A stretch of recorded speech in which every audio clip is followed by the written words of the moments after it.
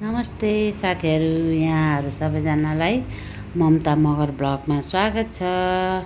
आज चाहिँ म यहाँ तन्ना मेरो तन्ना लिएको थियो है, यो तन्ना सिलाउँदैछु। यो चाहिँ मैले यो मेरो बस्ने एउटा सोफा छ, त्यो सोफाको लागि कभर सिलाउनको लागि यसरी क्रिज हाल्दै मुजा बनाउँदै गरेर सिलाउँदैछु है। अनि यहाँ चाहिँ यो कुसनको खोल यस्तो है, यो चाहिँ कुसनको खोल यसरी सिलाएको छु है। मलाई चाहिँ त्यो सेटै मनपर्छ कि त्यो कुसनको खोल, सोफाको खोल, सिरानी अनि बेडसिट भयो भने अनि राम्रो लाग्छ कि, त्यही भएर यो सबै यसरी सेटै गर्नलाई सिलाउँदैछु। हेर्नुहोला मेरो भिडियो।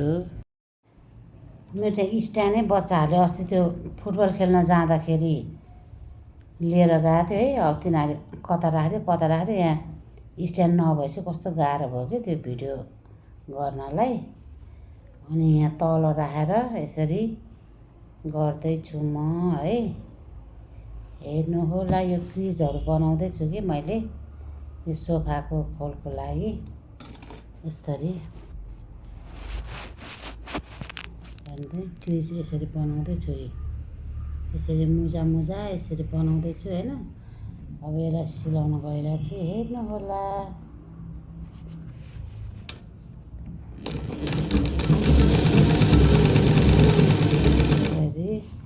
मुजा गर्दै सिलाउँदै गर्नुपर्छ कि यसरी।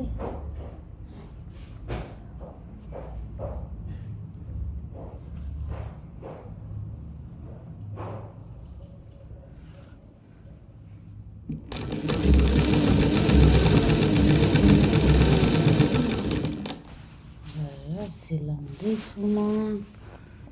हेर्नु यसरी सिलाइरहेको छु है। स्ट्यान्ड नभएपछि गाह्रो हुन्छ, के गर्नु। यस्तै गर्दैछु, हेर्नुहोला राम्रोसँग। मेरो भिडियोलाई लाइक, कमेन्ट, सेयर, सब्सक्राइब पनि गर्नुहोला सबैजनाले है।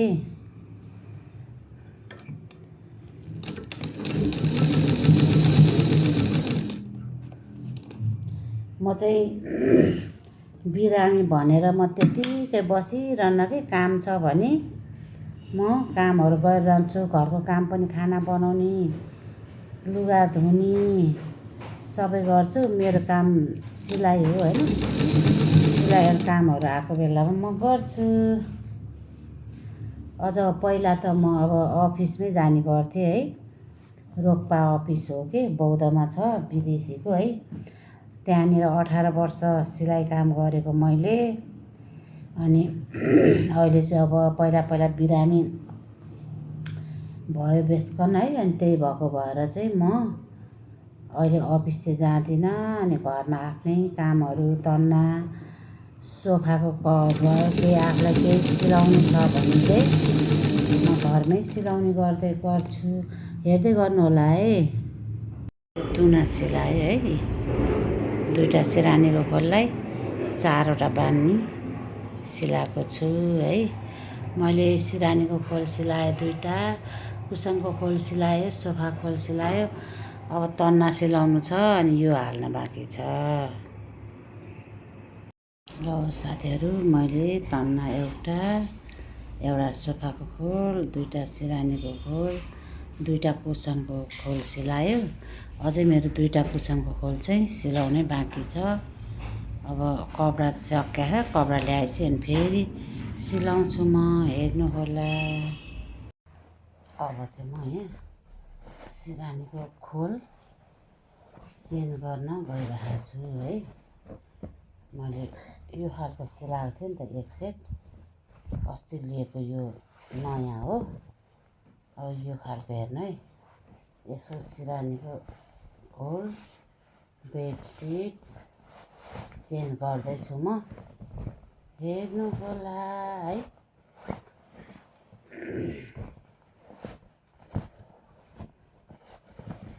त्यो मेरो चाहिँ त्यो उनीहरूले त्यो रेडिमेड ल्याएको मिल्दैन कि, त्यो सिरानीको खोल। त्यही भएर जहिले छुट्टै सिलाउनु पर्छ। मेरो सिरानी ठुलो साइजको छ, त्यही भएर उनीहरूले त्यो रेडिमेड सिलाएको कहिले मिल्दैन, जहिले म आफै सिलाउने हो। त्यो सिरानीको खोल लिँदिनँ, अनि कपडै मगाउँछु, अनि त्यहाँबाट यो सिलाउने गरेको छ सिरानी खोल छुट्टै।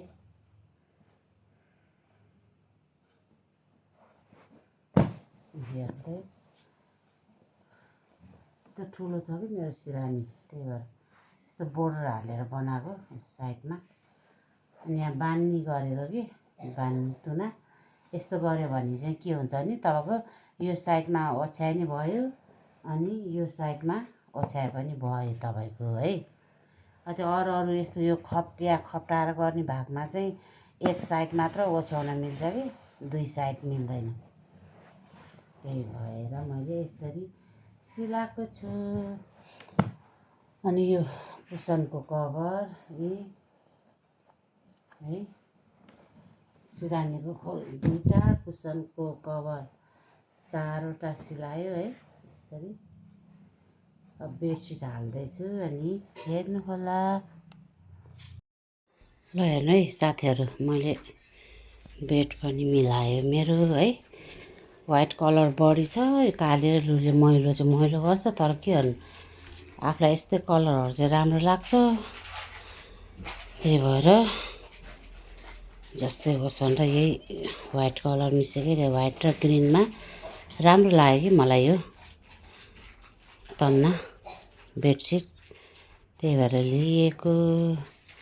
माथि चाहिँ मेरो भत्रगोल छ, हेर्नु यस्तो चाहिँ। अनि यहाँ सोफाको त्यो एउटा कुसन चाहिँ सिलाउनै बाँकी छ कि, त्यहाँ अलिकति कपडा पुगेन, अनि त्यहाँ दाइले कपडा ल्याइदिन्छु भनेको छ, त्यही भएर त्यसको चाहिँ सिलाउन बाँकी छ। यो हो मेरो आज दिनभरिको काम, यही हो साथीहरू मेरो। ल हेर्नु होला, अहिले एकछिनको लागि हो, अहिले काली र लुरीले धुल्लो पार्छ। हस् त साथीहरू, मैले जानेको काम हजुरहरूलाई देखाएको है। मेरो कामहरू हजुरलाई कस्तो लाग्छ हे मलाई भन्नु होला, म्यासेज गर्नु होला है। अर्को म भिडियोमा फेरि अर्को भिडियोमा आउनेछु। यो भिडियो पुरा हेरिदिनु होला, लाइक कमेन्ट सेयर सब्सक्राइब गरिदिनु होला। तपाईँको एउटा सब्सक्राइबले मलाई ठुलो सहयोग हुनेछ। प्लिज सबैजनाले मेरो भिडियोलाई सब्सक्राइब गरिदिनु होला। धन्यवाद।